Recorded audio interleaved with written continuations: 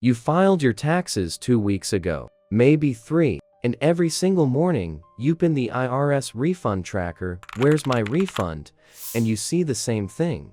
And you've got a plan for that money. Maybe it's credit card debt you've been staring at for months. Maybe it's a car repair you've been delaying. Maybe it's just breathing room. A little bit of financial air. But the money's just sitting there in IRS limbo, and nobody's telling you or when or what's actually going on.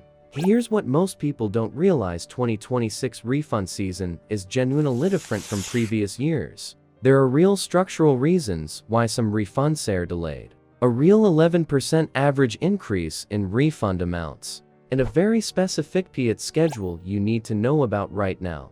My name is Bare Bones Advice, and I spend way too much time thinking about the tax system specifically. Why? The IRS communicates like it's 1987, and when millions of people make expensive mistakes with their refunds every single year. If you're someone who filed already and is watching that tracker obsessively, or you haven't filed yet and want to know when to expect your money, make sure to hit that subscribe button and give this video a thumbs up if this helps you out. Because today, we're covering everything.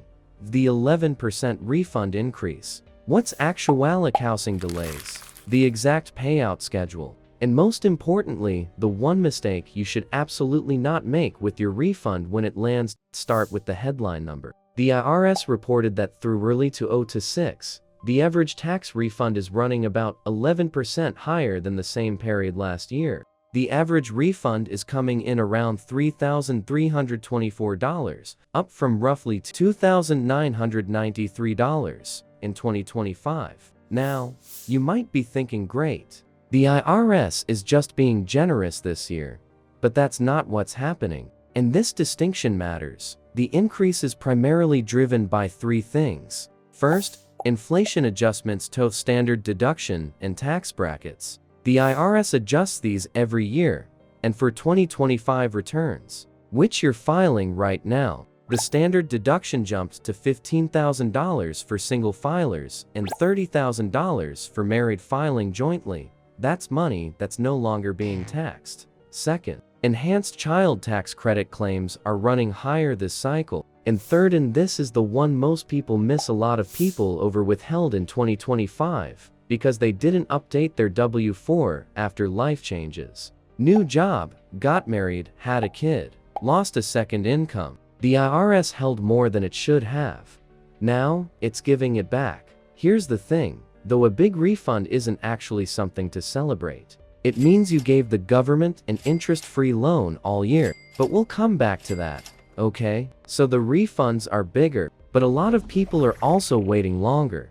And the IRS communication on this is, as usual, basically useless. Here's what's actually causing delays in 2026. The first reason is identity verification flags. The IRS significantly expanded its fraud detection filters this year. If anything on your return looks unusual compared to prior years, different income level, new bank account for direct deposit, first time claiming a credit, your return gets pulled for manual view. This alone can add 3 to 6 weeks. Second, and this is new, if you claim the earned income tax credit or the additional child tax credit. By law, the IRS cannot issue those refunds before mid-February. That's the PATH Act. It's been around since 2015, but a lot of people still don't know it. If either of those credits is on your return, you're awaiting regardless of when you filed.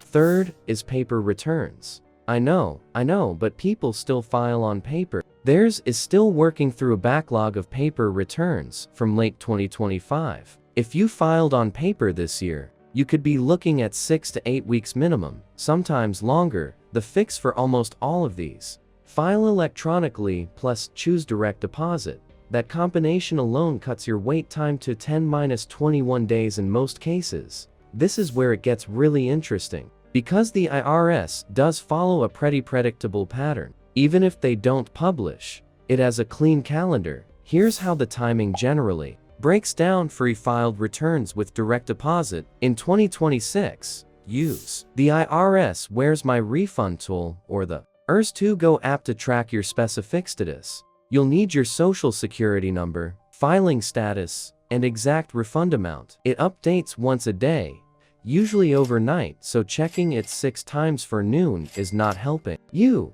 Okay, here's the part I actually care most about. Because getting your refund is step 1. What you do with it is where people either get ahead or stay stuck. The average refund right now is $3,324. Here's what most people do with it: they spend it. Not all at once, not on one thing. Just, it dissolves. Amazon here, a weekend trip. There, a dinner out to celebrate. 6 weeks later, it's gone and they can't tell you where. I'm not saying don't enjoy your money, but let me show you 2 versions of the same. $3,324. Version 2 takes the same $3,324 and actually changes your financial trajectory. The emergency fund means the next unexpected expense doesn't go on a credit card. The debt payoff saves you real interest money every month going forward. The IRA contribution is money that grows tax advantaged for decades. And you still get $324 guilt-free to spend on literally whatever you want.